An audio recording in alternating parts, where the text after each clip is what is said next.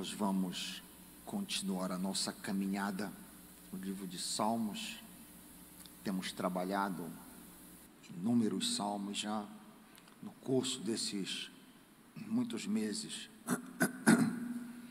E hoje à noite eu queria que você mantivesse a sua Bíblia aberta no Salmo 31, 31º Salmo. Mantém, abre ela, me acompanha na leitura e deixa ela aberta, que nós vamos fazer referência ao longo da nossa reflexão. Salmo 31. Em ti, Senhor, me refugio, não seja eu jamais envergonhado. Livra-me por tua justiça, inclina-me os teus ouvidos, livra-me depressa. Sê o meu castelo forte, cidadela fortíssima que me salve, porque tu és a minha rocha e a minha fortaleza. Por causa do teu nome tu me conduzirás e me guiarás. Tirar-me-ás do laço que as ocultas me armaram, pois tu és a minha fortaleza. Nas tuas mãos entrego o meu espírito. Tu me remiste, Senhor, Deus da verdade. Aborreces os que adoram ídolos vãos, eu, porém, confio no Senhor. Eu me alegrarei e regozijarei na tua bondade, pois tens visto a minha aflição. Conhece as angústias de minha alma, e não me entregaste nas mãos do inimigo. Firmaste os meus pés em lugar espaçoso. Compadece-te de mim, Senhor, porque me sinto atribulado. De tristeza os meus olhos se consomem, e a minha alma e o meu corpo. Gasta-se a minha vista na tristeza, e os meus anos em gemidos. Debilita-se a minha força por causa do meu pecado. Os meus ossos se consomem. Tornei-me opróbrio para todos os meus adversários, espanto para meus vizinhos, e horror para meus conhecidos. Os que me veem na rua fogem de mim. Estou esquecido no coração deles, como morto, sou como vaso quebrado. Pois tenho ouvido a murmuração de muitos, terror por todos os lados. Conspirando contra mim, tramam tirar minha vida. Quanto a mim, confio em ti, Senhor. Eu disse, tu és o meu Deus. Nas tuas mãos estão os meus dias. Livra-me das mãos dos meus inimigos e dos meus perseguidores. Faze resplandecer o teu rosto sobre o teu servo. Salva-me por tua misericórdia. Não seja eu envergonhado, Senhor, pois te invoquei. Envergonhados sejam os perversos, emudecidos na morte. Emudeçam os lábios mentirosos que falam insolentemente contra o justo, com arrogância e desdém. Como é grande a tua bondade que reservaste aos que te temem, da qual usas perante os filhos dos homens, para com os que em ti se refugiam. No recôndito da tua presença tu os esconderás, dos tramas dos homens no esconderijo os ocultarás, da contenda de línguas. Bendito seja o Senhor que engrandeceu a sua misericórdia para comigo numa cidade sitiada. Eu disse na minha pressa, estou excluído da tua presença. Não obstante ouviste a minha súplice voz, quando clamei por teu socorro. Amai o Senhor, vós todos os seus santos. O Senhor preserva os fiéis, mas retribui com largueza o soberbo. Sede fortes, revigore-se o vosso coração, vós todos que esperai no Senhor. Pai querido, que as palavras dos meus lábios e o meditar do meu coração sejam agradáveis a ti, rocha minha e redentor meu. O povo de Deus apoiando diz: Salmo riquíssimo, riquíssimo. Ele pode ser dividido em 6 estrofes, se você quiser, se você tiver um lápis ou uma caneta na mão, e você quiser dividir esta peça. As 6 estrofes são: primeira estrofe, versículos de 1 a 6, Davi confiantemente implora por socorro. Segunda estrofe, versículos 7 e 8 apenas, Davi alegremente agradece o livramento do Senhor. Terceira estrofe, versículos 9 a 13, Davi tristemente descreve sua situação. Quarta estrofe, versículos 14 a 18, Davi enfaticamente implora por livramento. Quinta estrofe, versículos 19 a 22. Davi agradecidamente aguarda a bênção de Deus. E sexta e última estrofe, versículos 23 e 24. Davi exorta o povo a amar ao Senhor. Está aí a divisão dessa peça. Como disse, um poema riquíssimo. Nós vamos hoje à noite considerar apenas a primeira parte, a primeira estrofe. E aí, nas quartas-feiras seguintes, nós vamos explorar o resto do salmo. Eu pretendo dividi-lo em três porções, três grandes porções. Hoje à noite, vamos avaliar apenas a primeira, versículos de 1 a 6, como disse. Observa que este salmo é dedicado ao maestro, ao diretor-geral, ao mestre do canto. Se você observar o cabeçalho, olha o cabeçalho do salmo lá em cima, ao mestre de canto, salmo de Davi. Essa dedicação ao mestre do canto, existem variações aí, mas de uma forma ou de outra ela aparece 55 vezes no saltério. É claro que esta peça deveria ser cantada no templo, como vários outros poemas, vários outros salmos. Salmo 4, Salmo 6, Salmo 9, Salmo 11, são salmos que deveriam ser cantados no templo em adoração ao Senhor. O que nos chama a atenção, e por que eu estou dizendo isso? O que nos chama a atenção é que todos os tipos de emoções, não apenas louvores, são cantados. Considera, isso aqui era para ser um cântico no templo, como nós cantamos aqui, louvores ao Senhor, e olha que tipo de coisa é cantada. Por exemplo, bate o olho do 9 em diante, imagina isso cantado: misericórdia, Senhor, estou em desespero. Imagina, Cláudio, isso cantado por nós aqui. A tristeza me come a vista, o vigor e o apetite. Gasta-se a minha vida na tristeza, os meus anos em gemidos. Debilita-se a minha força por causa do meu pecado. Os meus ossos se consomem. O quão diferente, o quão mais humano, o quão mais realista são os cânticos bíblicos se comparados aos cânticos atuais. Os cânticos bíblicos eram muito mais, digamos assim, próximo da realidade da vida, espelhando as dores, os sofrimentos, as batalhas, as tristezas, as angústias, a agonia e o desespero. Chama atenção, então, que essa peça era cantada contendo emoções desse tipo. Mas vamos nos voltar, então, para a primeira estrofe, versículos de 1 a 6. Davi, o título da primeira estrofe, Davi confiantemente implora por socorro. Versículo 1, eu leio na NVI: em ti, Senhor, me refugio, não seja eu jamais envergonhado. Algumas traduções, não seja eu derrotado. Outras, não seja eu humilhado. Livra-me por tua justiça. O cântico abre com uma declaração de confiança em Deus no momento da adversidade. A razão pela qual o salmista apela para Deus era a sua confiança no caráter, nas promessas e no poder do Senhor para salvá-lo.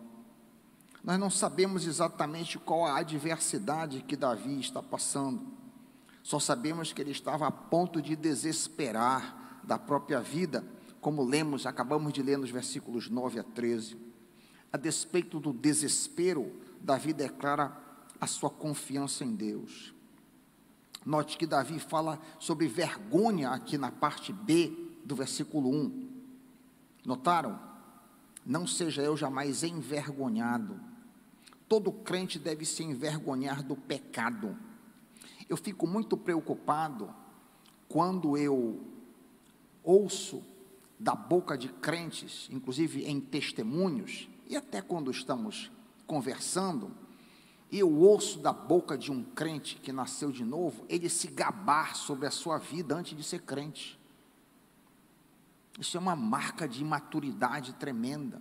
Porque eu bebia tantas garrafas, que eu andei em em vários motéis, se gabando, se exaltando, glorificando de uma vida de pecado.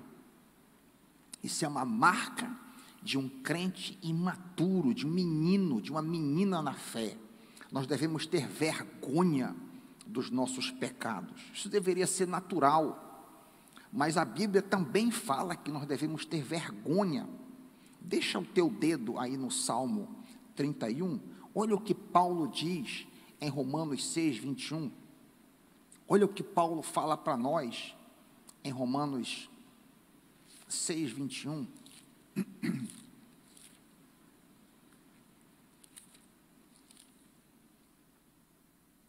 Naquele tempo, diz Paulo, tempo de pecado, naquele tempo, que resultados colhestes?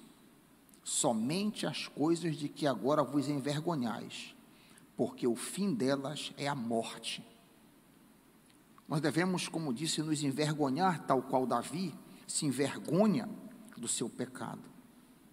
É óbvio que você, mas pastor Raik, onde é que está? Nós lemos o salmo inteiro, eu não vi pecado nenhum. Sim, olha o que ele diz explicitamente no versículo 10, parte B, olha aí o que ele diz, olha a razão dele estar com vergonha. Versículo 10, parte B: debilita-se a minha força por causa da minha iniquidade.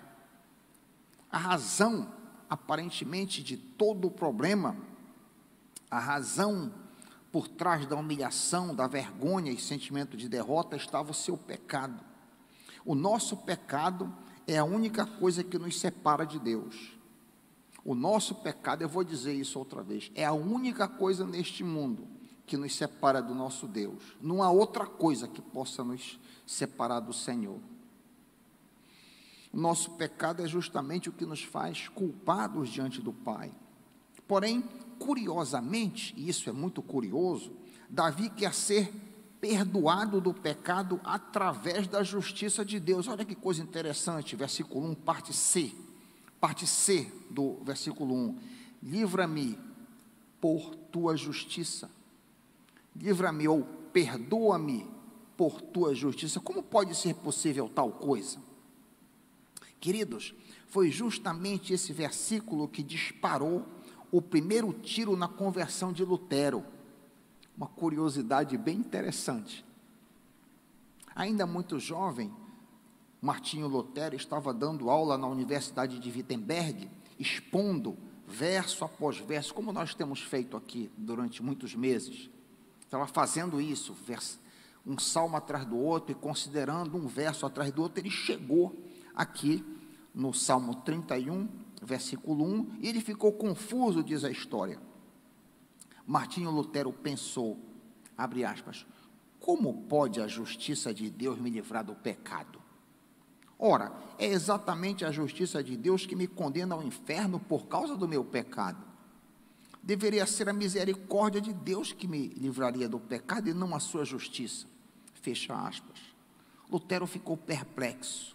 Algum tempo depois, Lutero estava pensando sobre essa mesma passagem e também resolveu ler Romanos 1,17.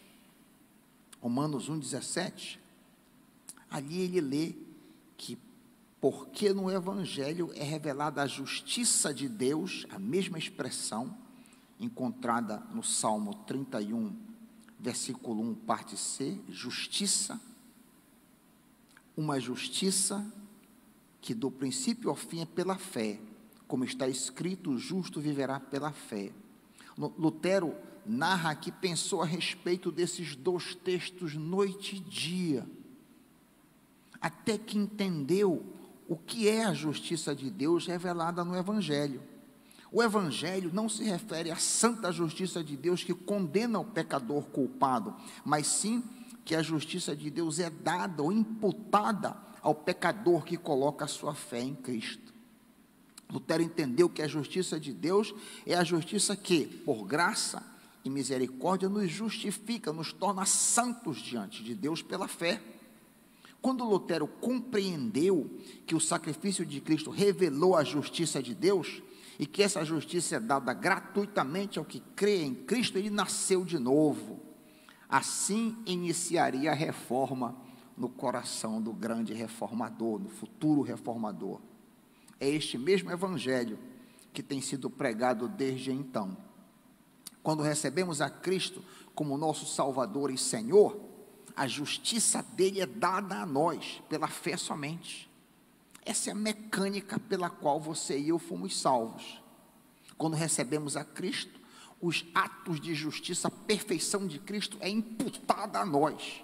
Por isso então que eu estou livre, eu estou justo, eu estou santificado, eu estou perfeito diante de Deus.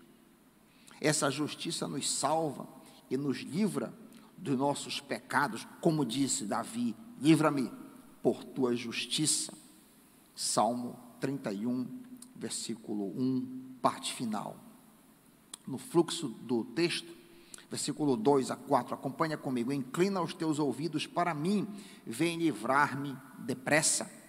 Sê minha rocha de refúgio, uma fortaleza poderosa para me salvar. Sim, tu és a minha rocha e a minha fortaleza. Por amor do teu nome, conduze-me, guia-me.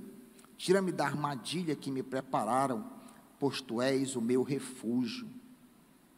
O texto aqui parece aludir a um moribundo que não tem forças para falar alto. Ele diz: inclina os teus ouvidos para mim, versículo 2. Coloca os teus ouvidos perto da minha boca, para que possas escutar a minha súplica. É prática comum colocar o ouvido próximo dos lábios daqueles que estão morrendo, a fim de que possamos ouvir o que eles ainda têm força para falar. Mas o que é que Davi tem a falar? Nesse estado de penúria, nesse estado metafórico de quase morte, nesse estado moribundo, o que é que ele tem a dizer? Olha aí, ele responde: livra-me depressa, livra-me logo, livra-me depressa. É claro que a situação é terrível, seja ela qual for. Por sinal, vimos que a vida de Davi como um todo parece uma montanha russa, é um problema atrás do outro. A pressa vinda do desespero foi comum na vida do salmista. Olha aí o que o mesmo salmista, o mesmo poeta diz no Salmo 141, verso 1. Salmo 141, verso 1. Senhor, eu clamo a ti, apressa-te, apressa-te em socorrer-me. Um outro exemplo da pressa de Davi, Salmo 70, verso 1. Salmo 70, verso 1. Livra-me, ó Deus, apressa-te, Senhor, em ajudar-me. Seria legítimo nós pedirmos que Deus se apresse? Eu já pedi isso, no meio de um sufoco. Senhor, apressa em me socorrer. É legítimo? Sim, é legítimo. Porém, nós sabemos que frequentemente o tempo do Senhor é diferente do nosso tempo. Não é assim, meus irmãos? Frequentemente o tempo do Senhor, o tempo de Deus é um tempo diferente do nosso. Não é o que lemos em 2 Pedro 3,8? 2 Pedro 3,8, diz o apóstolo: não ignoreis uma coisa, que um dia para o Senhor é como 1000 anos, e 1000 anos como um dia. Uma das provações mais comuns que os servos do Senhor enfrentam é o teste da espera. O teste da espera. Quem de nós não passou pelo teste da espera? Se você não passou, cedo ou tarde você vai passar. Todos nós crentes temos tido que esperar no Senhor, e por vezes a espera é longa. Isaac esperou 20 anos até que Deus respondesse sua oração pela gravidez de Rebeca. Moisés esperou 40 anos no deserto até que Deus o chamasse. Noé pregou 120 anos até que a palavra do Senhor se cumpriu na vida dele. Quanta espera nós vemos na vida dos servos e das servas do Senhor.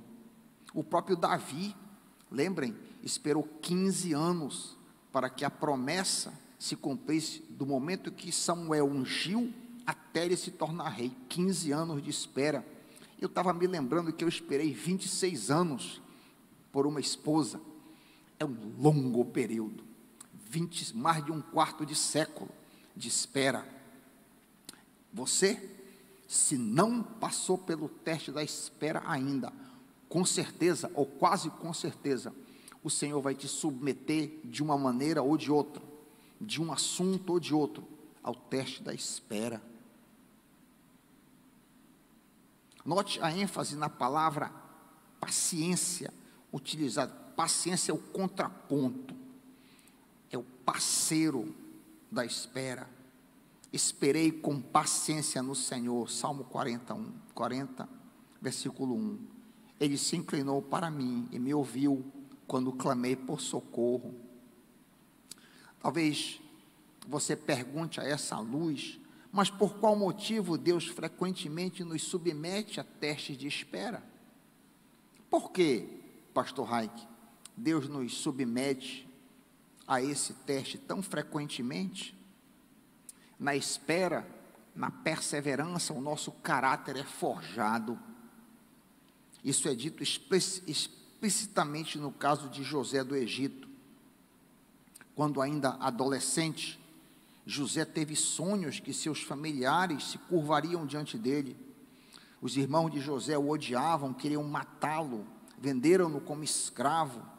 Então ele foi falsamente acusado de estuprar a esposa de seu patrão e finalmente lançado na cadeia. Quanta injustiça feita a este jovem.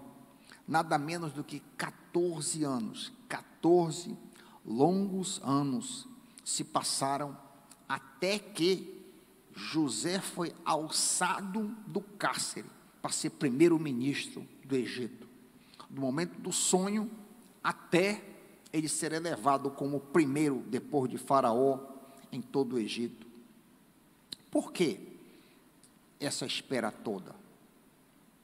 Você sabia que o livro de Salmos fala sobre José do Egito? É possível que você não tenha visto isso ainda.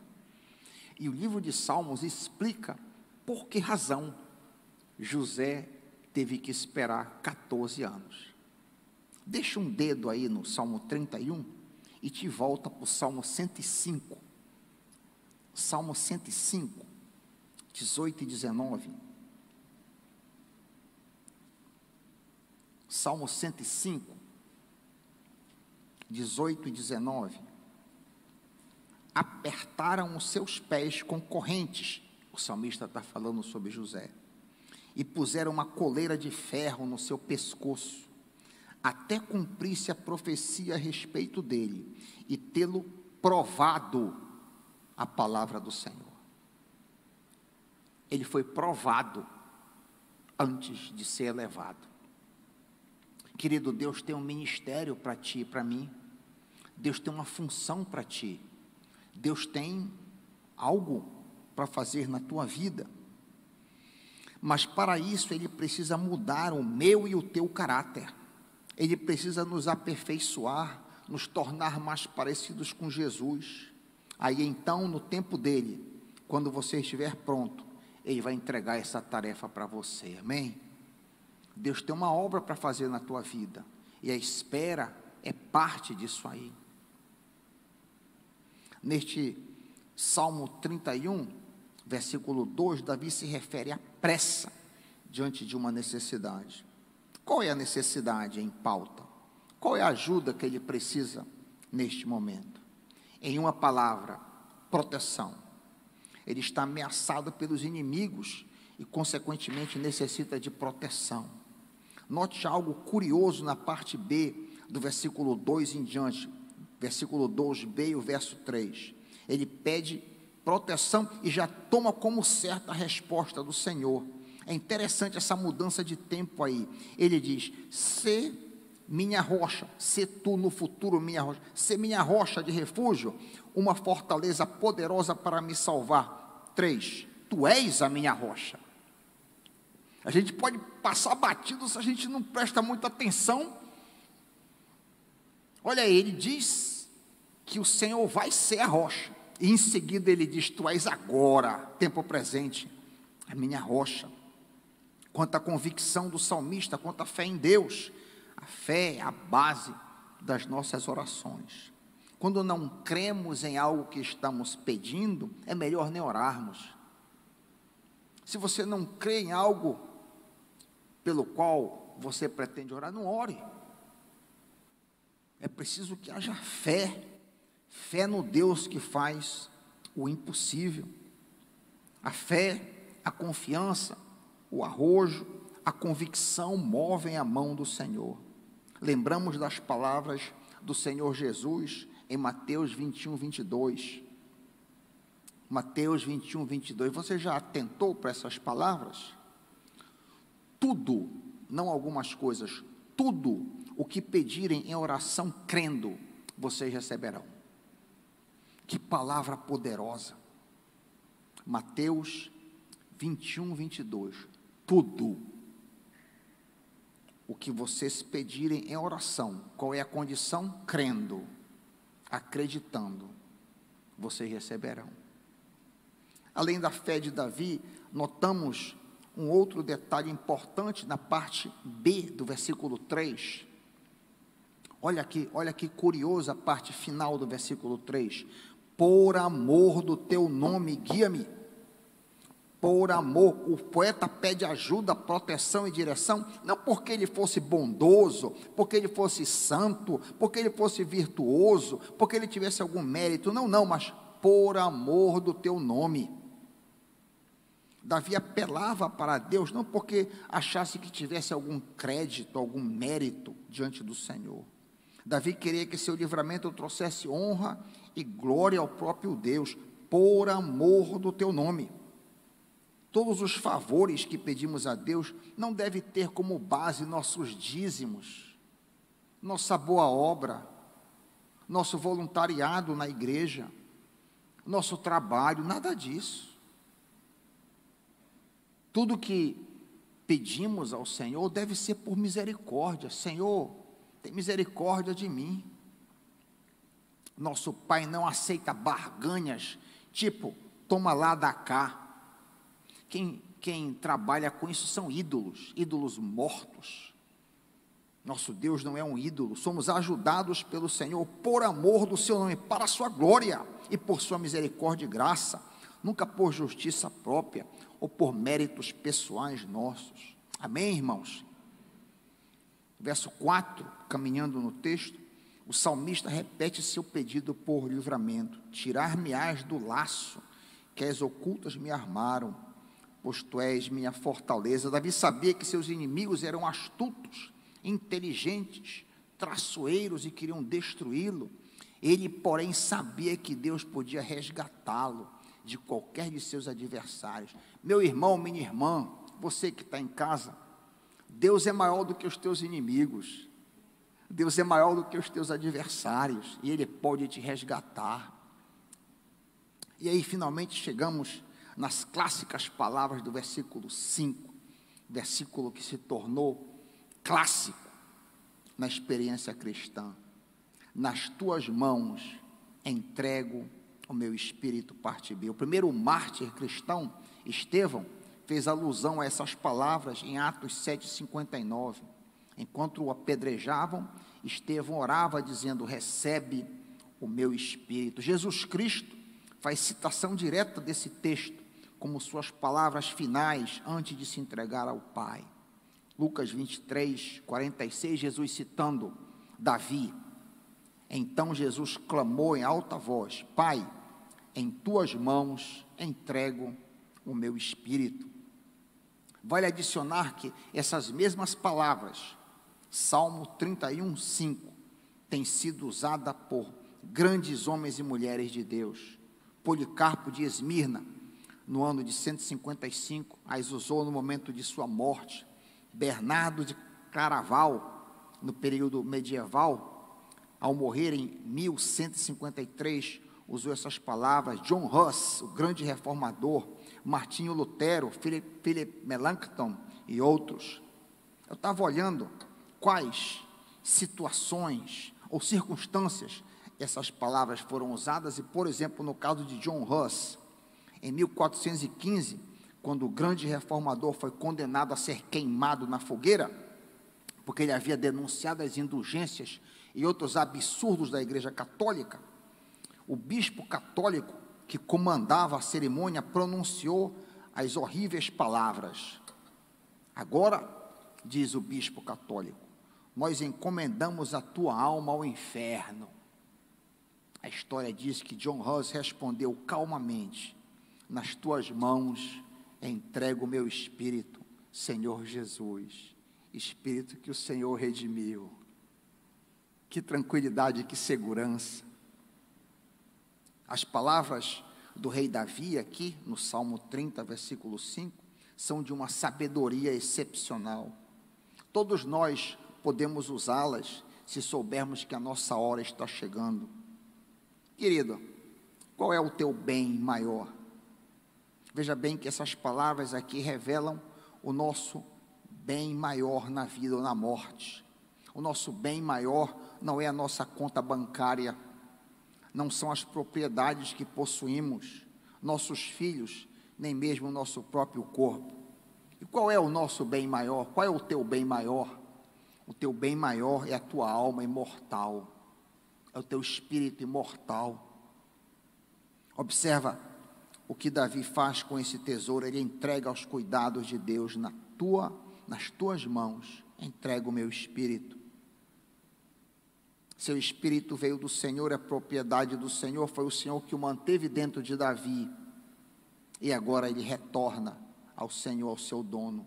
Que grande paz tem aqueles que vivem cônscios que são peregrinos neste mundo, e portanto têm seus olhos fixos na eternidade.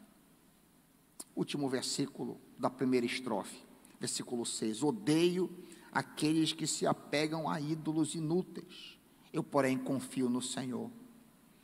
Qual a razão do salmista usar palavras tão fortes contra os idólatras?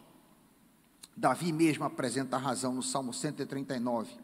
Adianta que tu vais ver a razão. Uma maneira de nós estudarmos a Bíblia e de entendermos a Bíblia é comparar a Escritura com a Escritura. Salmo 139, versículo 21 e 22. Diz assim o salmista: acaso não odeio os que te odeiam, Senhor? Eu não detesto os que se revoltam contra ti. Tenho por eles ódio implacável, considero-os inimigos meus. Vemos que a inimizade de Davi não era gratuita. Ele detestava aqueles que detestavam a Deus. Ele desprezava aqueles que desprezavam ao Senhor. Ele se revoltava contra aqueles que se revoltavam contra o Pai. Davi estava zelando pela honra do Senhor, pois pessoas que vivem uma vida de pecado, uma vida depravada, uma vida de idolatria, estão desonrando a Deus. Esse era o contexto do Antigo Testamento. Todavia, no Novo Testamento, Jesus nos ensinou que nós devemos amar até mesmo os nossos inimigos. O quadro mudou. Jesus diz em Mateus 5, 43 e 44. Mateus 5, 43 e 44. Vocês ouviram o que foi dito: ame a seu próximo e odeie seu inimigo. Eu, porém, vos digo: amem os seus inimigos e orem por aqueles que os perseguem. Embora Jesus tenha mudado a nossa postura em relação aos nossos inimigos, neste contexto, alguma coisa em comum entre o Velho e o Novo Testamento. Quando Deus é ofendido, nós devemos nos sentir ofendidos. Quando Deus é ofendido, nós devemos também nos sentir ofendidos. Quando, por exemplo, pessoas ganham dinheiro em nome de Deus, nós deveríamos ficar revoltados e ofendidos, assim como Jesus ficou ofendido diante dos cambistas. Então, quais são as lições, em conclusão, que podemos tirar dessa primeira estrofe do Salmo 31?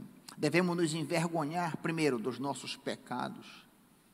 Devemos ter embaraço pelo tipo de vida que vivemos antes de nos tornarmos crentes em Cristo Jesus. Segundo, o teste da espera é um teste comum.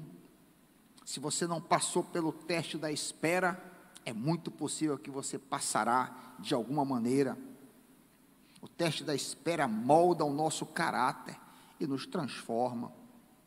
Terceiro, os favores que recebemos de Deus são frutos de sua graça e não de nossos méritos. Deus não é um ídolo para ser tratado no toma lá da cá. Me lembro de uma vez, eu estava numa igreja, aí dessas bem diferentes, e o povo levantava o dinheiro assim, a dando, como se pudesse comprar a Deus.